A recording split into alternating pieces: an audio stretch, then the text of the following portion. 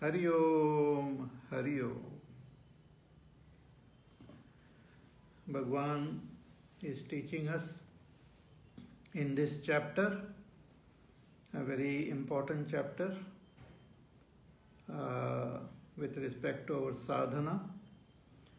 Bhagwan is telling us the two types of sampatti, the asuri and the daivi.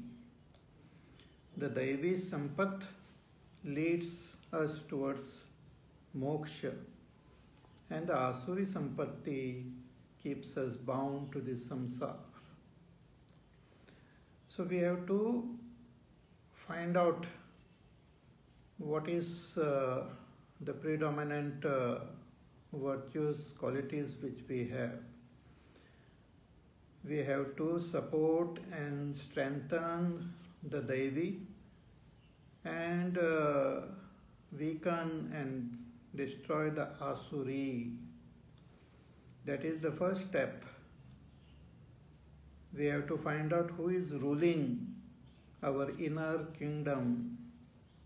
If Asura is ruling, then we should destroy that Asura and make the Devta the ruler. See, when Bhagwan Shri Ram took avatar, he went to the forest for 14 years. And during his stay in the forest, Bhagwan came in contact with two important kingdoms. One in Kiskinda, which was ruled by Vali, and later on Lanka, which was ruled by Ravan. This Vali and Ravan were friends, and both of them were ruling their kingdom with a Asuri vritti, taking whatever they liked, just snatching it away from people, wealth and all pleasures, etc. So when Bhagwan came, Bhagwan has taken avatar to establish dharma, to destroy the evil and to protect the good. Paritranaya sadhunam vinashaya cha dushkrutam dharma sansthapanarthaya sambhavami yuge yuge. So when Bhagwan came to Kiskinda, he killed that Vali and made Sugriv the king of Kiskinda. Later on, when he went to Lanka, he fought with that Ravan, killed Kumbhakarna and many of these Asuri, Rakshasi people, and he made Vibhishan the king. Very important. During the Mahabharata time also, the Duryodhana and Dhritarashtra were the king and creating so much of havoc in the whole world. Bhagwan Shri Krishna took side of the Pandavas and he killed the Kauravas and made Yudhishthir the king. Similarly, we should find out who is the king of our Antakarana. Is a Devta king or Asura is the king? And to recognize this Devta and Asura is very important. We can recognize them through their expressions. So therefore this chapter is very important. Here Bhagwan tells the Asuri person, his life is controlled by his philosophy. So if you want to bring about change in your Antakarana, you have to change your philosophy, change your outlook. So what is the outlook of a Asuri person? That this whole world is asatyam apratishtham. That in this world there is no such thing called dharma. There is no this universal law, there is a universal rule which we call dharma, which controls and manages this whole world. See, just like we have in the world of matter and energy, there are physical laws which governs them. You cannot have any actions happening in the world, in this field of matter and energy, which breaks the physical laws. Even when the apple falls down on the ground, it follows the gravitational law. When the earth rotates and revolves around the sun, it follows all the laws of nature. When the light travels, it follows the laws. When the wind blows, it follows the laws. So just as the physical matter follows laws, in the same way our emotions, our thoughts, our ideas, they also follows law. Our karma follows law. Those laws are called dharma. And these laws are very, very foolproof. And there is a protector of this law. That is called Dharma Gopta, the protector of the law, and that is Ishvara. So Ishvara is the giver of this law called Dharma, and he is the protector of the law. So when we have this deep faith in Dharma, and we have a deep faith in the existence of Ishvara, our whole outlook toward this world will get transformed. We will be positive. See, in the society also, when these people have fear of the laws of the society, when they have the fear of the law enforcement people, when they have fear of punishment, then they behave properly. Similarly, when we have this deep faith that there is something called dharma, and there is a protector of dharma, and one who implements this dharma and sees that everyone follows it, and according to our action we get the result. If we have this deep understanding and faith, then our whole action and our whole personality will be different, will be daivi. But Asuri person doesn't believe that there is dharma, and doesn't believe that there is Ishvara. He thinks that everything is function of kamana only. Everyone is motivated by pleasures, and one who can, by hook or crook, obtain lot of pleasures in this world is the winner, can follow any methods. So that is not how the world works.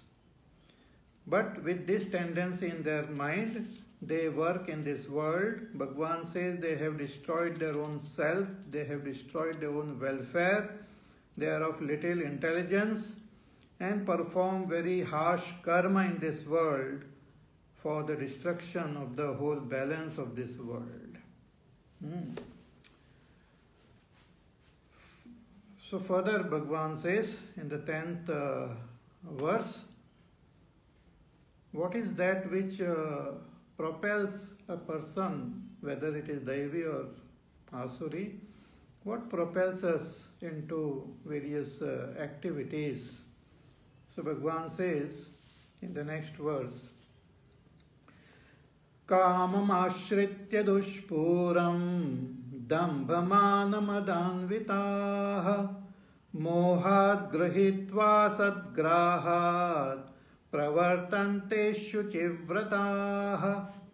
Bhagavan says that these Asuri people, they are depending, taking support of kamana, kamam ashritya dushpuram, which cannot be fulfilled easily. Having that lots of kamna in their heart, desires in their heart, which cannot be fulfilled, means insatiable hunger for pleasure, and endowed with dambha, hypocrisy, mana, a pride, mada, all vanity and arrogance. They mohat grahitva asadgrahat, and holding on to a faulty philosophy of life, faulty vision of life, holding on to it through delusion and confusion, a faulty vision of life, mohat grahitva asadgrahat, pravartante ashuchi vrataha. They work in this world towards fulfilling their desires, not following any clean procedure. Ashuchi vrata, taking a faulty vow of uncleanliness, means through unfair, illegal, deceptive ways they try to fulfill their desires. Now see, this is very important, that whether it is a Daivi person or a Asuri person, whether it is animal, bird, plant, what are we seeking? What exactly are we seeking in this world? Because everyone is performing action, whether it is Daivi person or Asuri person, performs action, constantly struggling to achieve as though something. Even the Devtas, they struggle to achieve something. The Asuras also struggle to achieve something. The birds, the animals, they also perform action to achieve something. What do we want? What is the basic thing which we are seeking? See, all of us are seeking, really speaking, that happiness. All of us are seeking happiness. Whether birds, animal, plant, all are seeking complete fulfillment, complete happiness. What type of happiness? Eternal happiness. Natural, eternal happiness, free from all obstacles, free from all defects. All of us are seeking eternal happiness. It is a strong inner urge within us. In fact, happiness is the very nature of our own self, which we have seen. The self is Satchidananda Roop. And since we don't know that self, we are seeking that self. The main feature of that self which we are seeking is that happiness. And self is eternal, so we seek that eternal happiness. Happiness which never comes to an end. That is our innermost urge. But even after struggling and doing all sorts of things, we fail to gain that eternal happiness. But that doesn't mean we don't get happiness. We are getting it. We are getting little bit of happiness. Not really, we are not getting happiness, we are getting pleasures. We get pleasures through our senses, which nobody can deny. Through Shabda, Sparsha, Rupa, Rasa, Gandha, we get pleasures. Pleasure in hearing, pleasure in seeing, touching, smelling, tasting. We get pleasure in eating. Though we eat to survive, but we also eat to gain pleasure.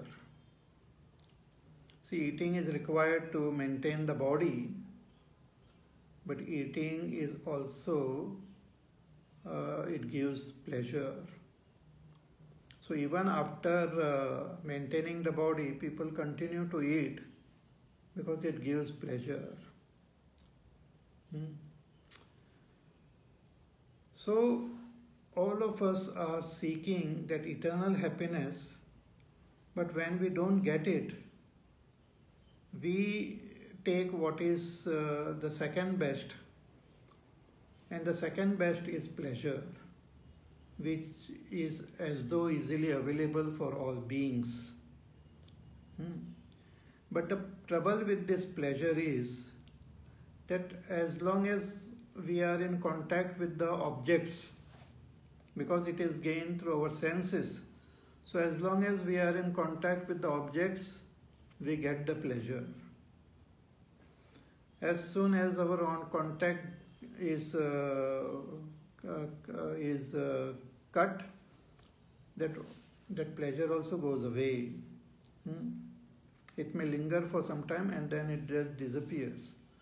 For example, we get the pleasure in eating. So I like, let us say, gulab jamun, nice, soft, rasila, gulab jamun. Okay? Example, So that gulab jamun is kept in front of me. Just seeing that, somebody offers a bowl full of gulab jamun, nice, fresh. So it is offered to me, it is given to me. So just by seeing it, I get that pleasure. First it was not offered, I was looking at it. So it was giving me some excitement. It's called priya. Then it was given to me, I became more happy, more excited. That's called moda. Then I pick up and eat it. It gives me more pleasure. That is called pramoda. The higher and higher levels of pleasure I get. So I eat that gulab jamun, I feel so full of joy. That joy is called pleasure. Then I pick up another gulab jamun, it gives me more, it also gives me joy. But by the time I eat third, fourth, fifth gulab jamun, that joy which it was giving, it slowly reduces. And by the time I reach the 10th gulab jamun, the joy has already gone.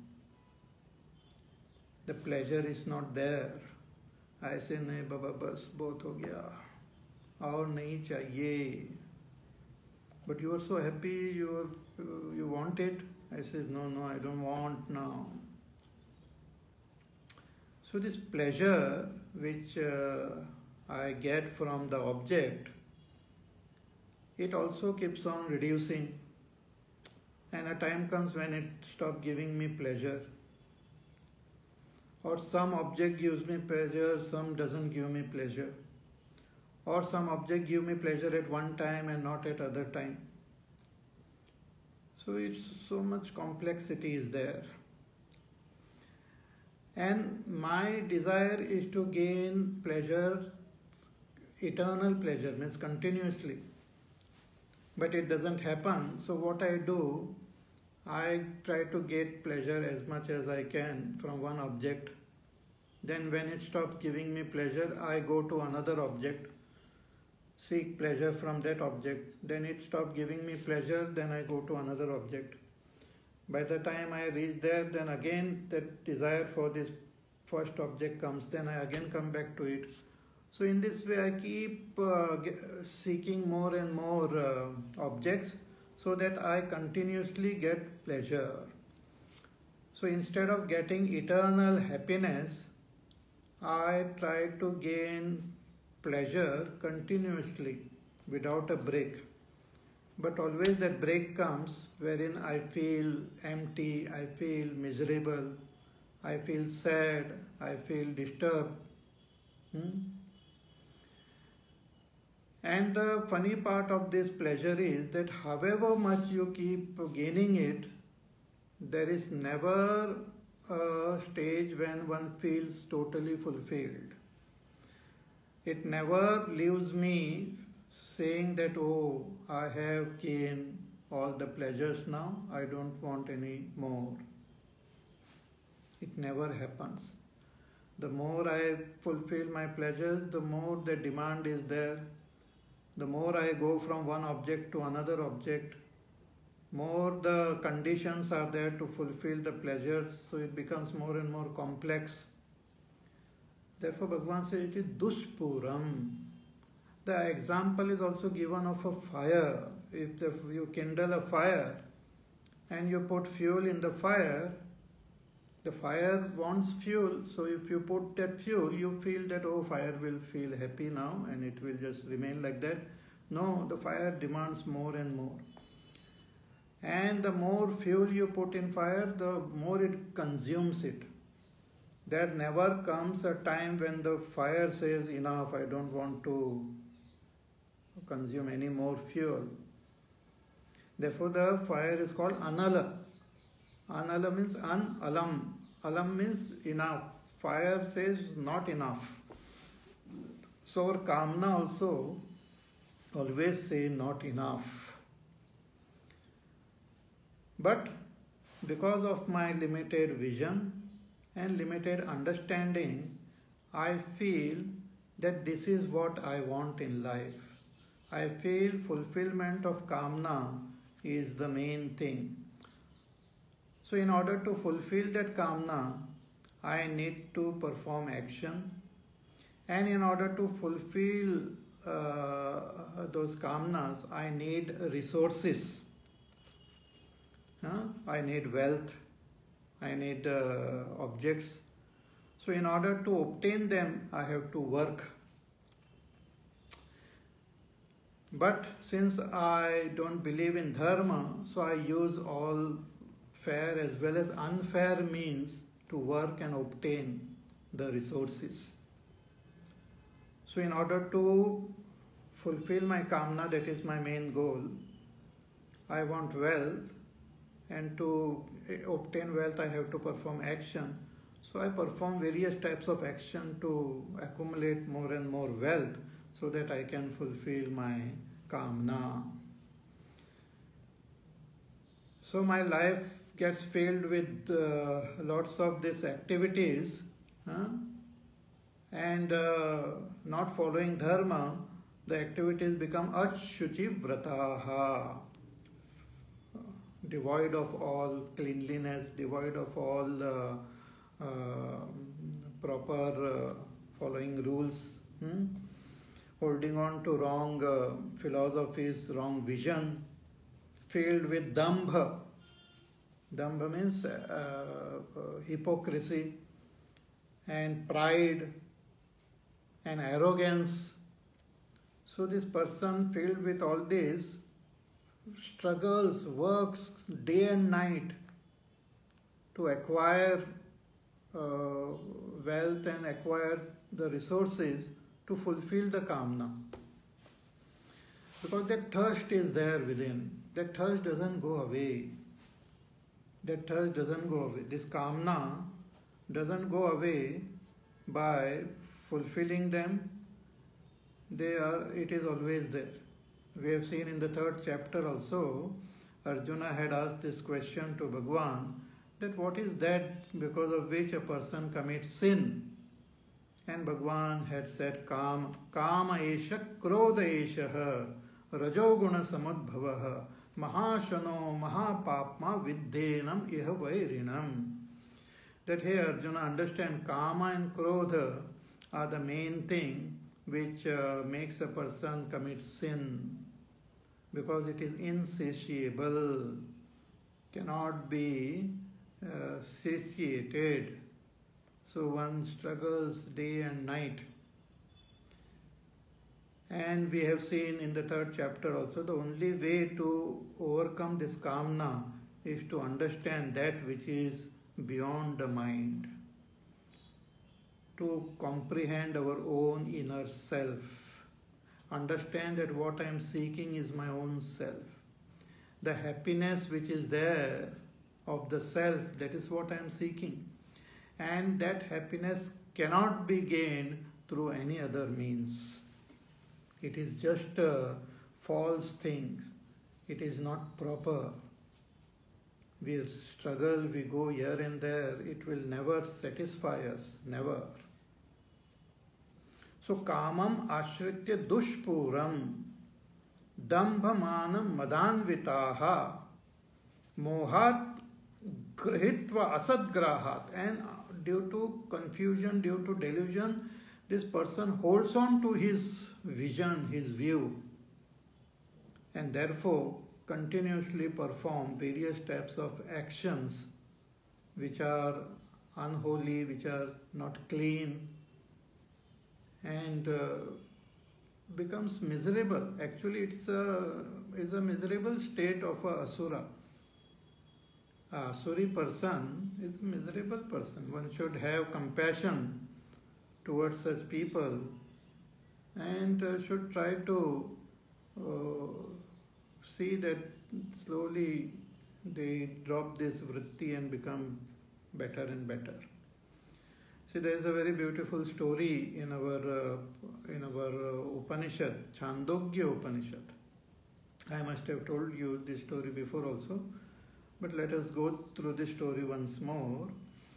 That these asuras and the devatas, they came to know that Brahmaji,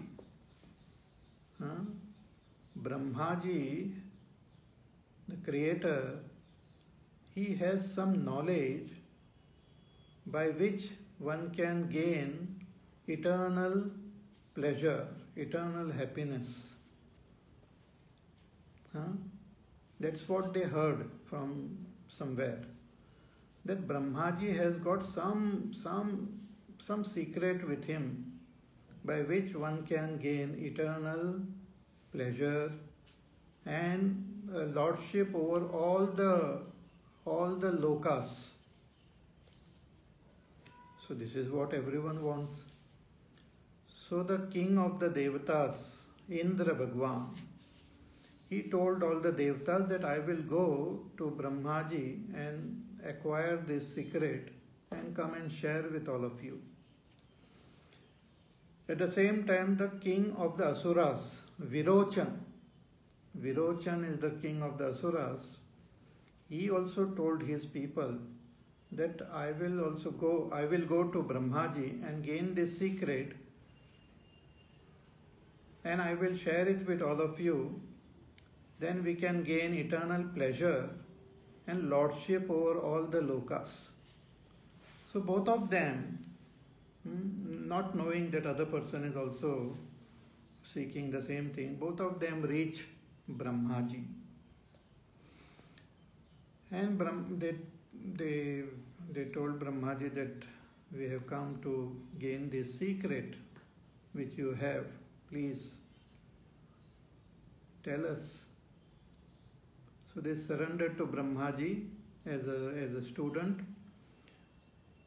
So Brahmaji told them that you have to stay here following proper discipline.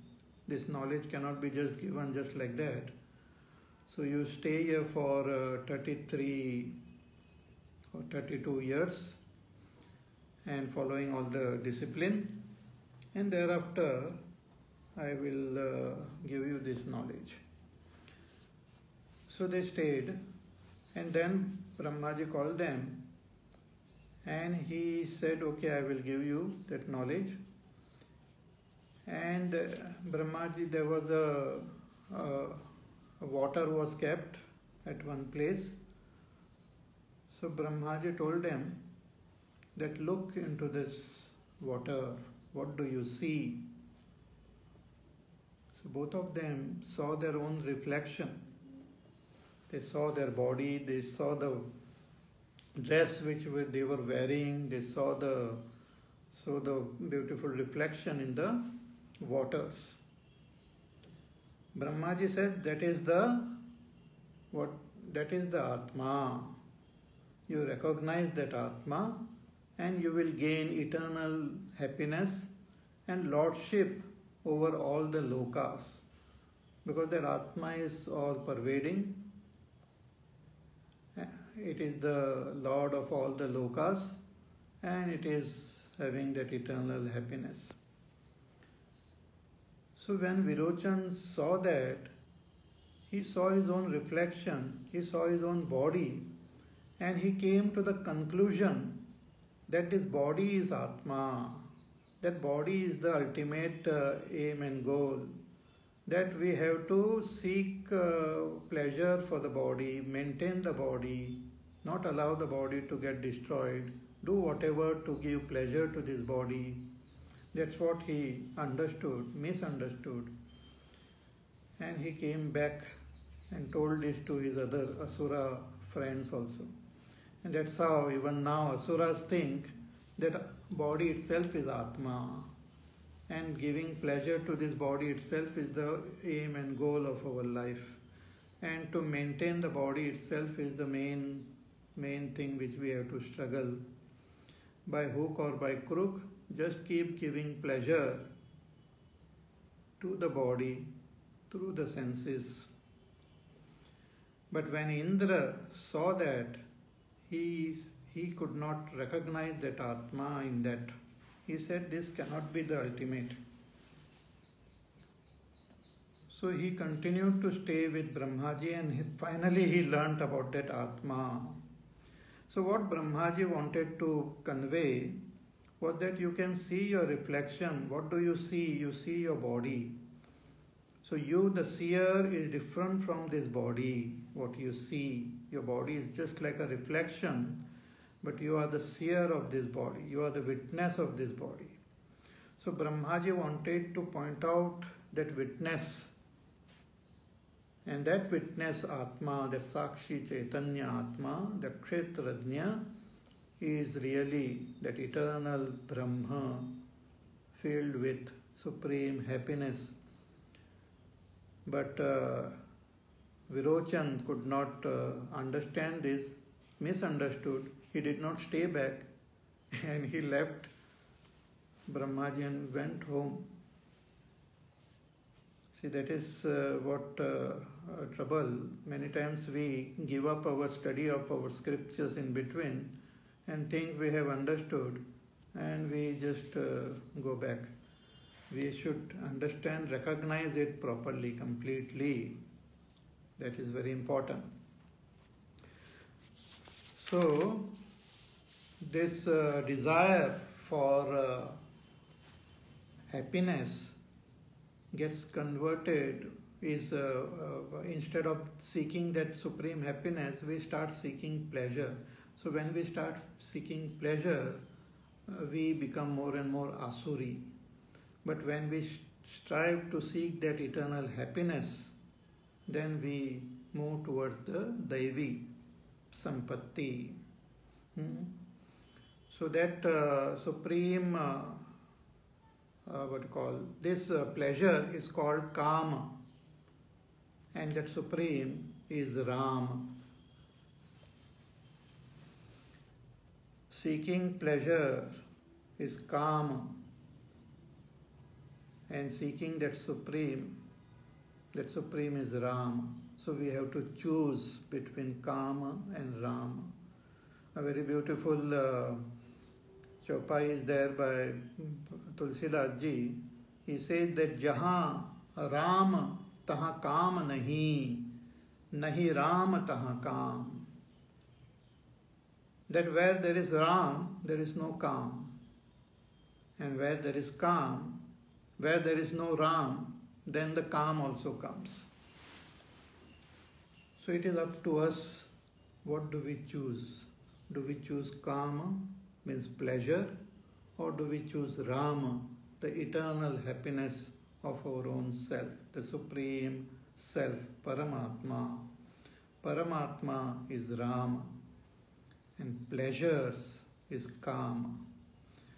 When we seek pleasures, it has got its own defect. It will never lead to eternal happiness, but it can lead to eternal problems, lot of sorrow and pain. So what type of sorrow, pain comes when we strive to fulfill our kamana. That Bhagavan now tells in the next verse, verse number 11.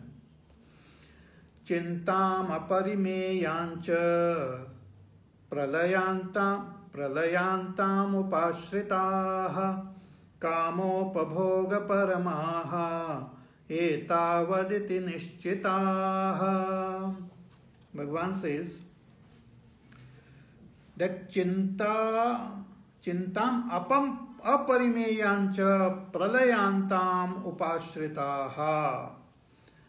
When these asuras, they constantly seek these pleasures. See, therefore I am saying that these asuri vrittis are there in different measures in all of us, which we have to recognize and give up. So that pleasure-seeking tendency which is there, to seek pleasure through our senses, through our mind, through our intellect, itself is the asuri tendency. More about this we will see later on also. So what happens when we have this insatiable kamana to fulfill? It leads to, in order to fulfill kamana, we want resources, as I said, and in order to gain those resources, we have to work. And since one doesn't follow this path of dharma, they use all sorts of means to work and to collect those resources, to collect wealth, to snatch it, to steal it from others. And when we don't follow the rules and laws, this dharma, then always there is fear, always there is this worries that I don't know what will happen. I hope everything goes on well. I am trying to steal this and this, hope nobody watches me. So there is always the chinta, worries are there. Kamnas leads to worries also. Chintam, and what type of chinta? Aparimeyam. Limitless worries and anxieties. Anxieties are there. I hope it gets fulfilled. I hope it is. So much of anxiety is there. People become so tense. It affects the body. It affects our heartbeat. It affects our blood pressure. It affects our kidney and liver and all those things. So chintam aparimeyam. Endless worries are there. Bhagavan says endless means pralayantam upashrita. Only they end in death. Only they end in pralay. Pralay means maranantam. A person is filled with worries, anxieties, tension, disturbance till the end, till the last breath is worried. Because when we don't follow the path of dharma, we have to safeguard ourselves. But when we follow the path of dharma, dharma protects us. There's a very important saying that dharmo rakshati rakshitaha. That one who follows the path of dharma, then dharma will protect that person. Just like in this world also, they say that if you follow laws, then the law will protect you. But if you break laws, then the law itself will come to punish you. So law has got two roles. Those who follow the law, they are protected. And those who break the laws, they are punished. Similarly, dharma, those who follow dharma, the dharma protects them. And those who break the laws, the dharma punishes them. And dharma is very powerful. So, chintam aparimeyam cha pralayantam. Therefore, there is a lot of chinta that I have broken all rules and I have I am trying to acquire wealth. in order to gain pleasures. See, and the pleasures are mainly through the senses, through our mind. Even the intellect and mind is engaged in fulfilling the sensual pleasures only. So the pleasures which are gained through our body and our senses of eating, drinking,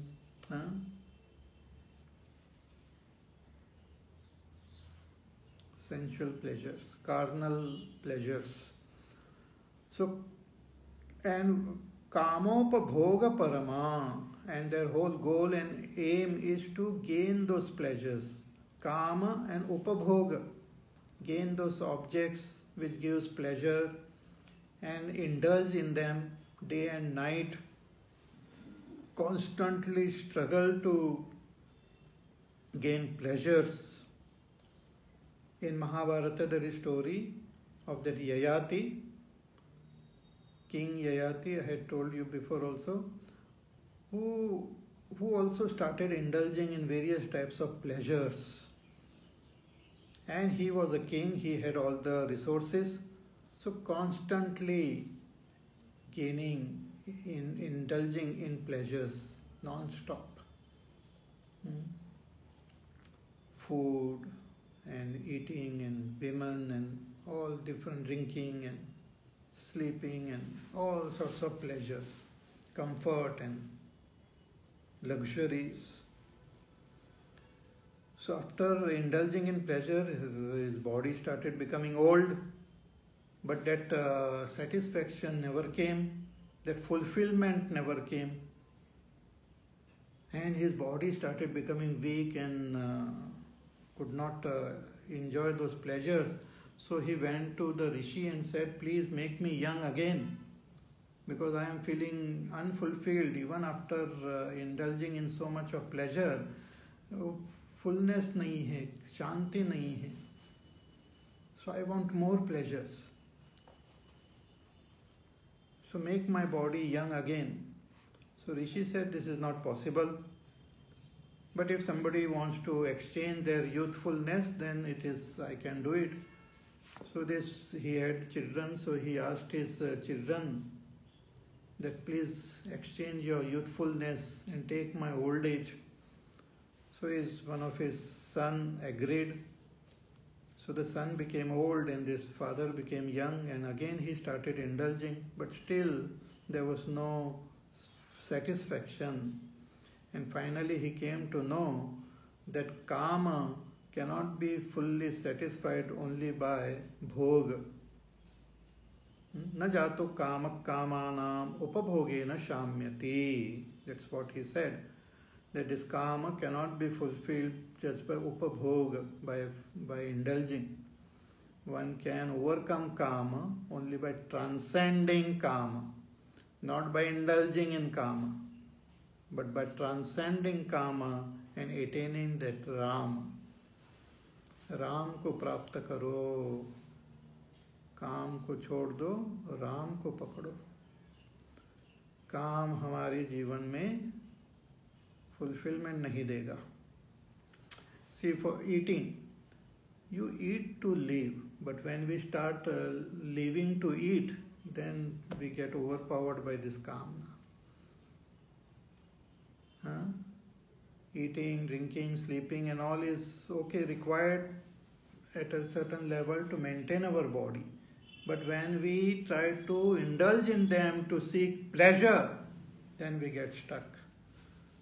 We get caught up. We get stuck in this samsara. So Bhagavan says, Kama upabhoga parama etavad iti nishchita. They think that this itself is everything. So in our sadhana, the first step is to remove this asura and make Devata the king of our antakarana. वाली को मार दो और सुग्रीव को राजा बनाओ, रावण को खत्म कर दो और विभीषण को राजा बनाओ.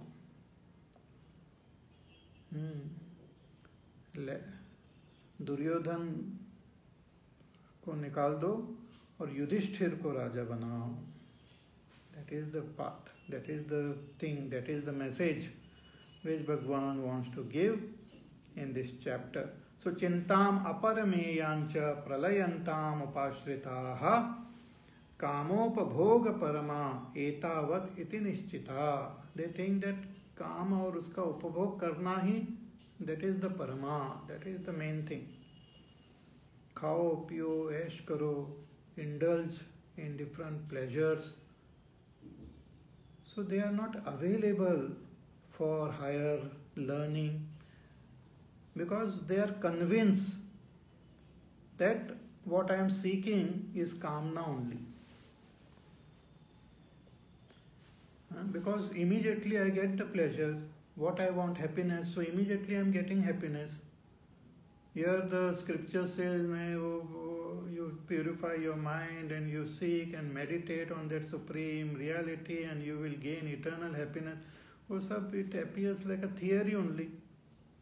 Because this is direct my experience, that I eat, I gain pleasure. I drink, I get pleasure. I sleep, I get pleasure. I indulge with other beings and people and wealth and all, I get pleasure. Only thing that pleasure is not lasting, I have to continuously keep seeking pleasure. So it leads to lot of chinta. Then further Bhagavan says, Asha pashashater baddhaha kama krodha parayanaha ihante kama bhogartham Anyayena sanchayan. Bhagavan says, these asuras, they are filled with asha pasha. They are bound by the mesh of expectation and hopes, faulty expectations. Because what we are seeking is just a shadow. The eternal happiness is not there in objects. The eternal happiness is not there in indulging in objects. The eternal happiness is not there in wealth. The eternal happiness is not there in some position, name, fame. Eternal happiness is not there in any of these worldly things, achievements. Even if one goes to Swarga, one has to come back. But these asuras, they don't understand this. So they always expect something miraculous, something which is not there. It's like a person is eating chili and hoping that it will give him sweetness. Therefore they are tied down by asha. Asha means expectation, hopes. I have been indulging, I have accumulated so much of wealth, I have been indulging in different pleasures, I have all the luxuries and comfort. So they hope that they will become happy. कि ये सब चीज़ मुझे सुख देगी, शांति देगी. But they don't get it. They become miserable.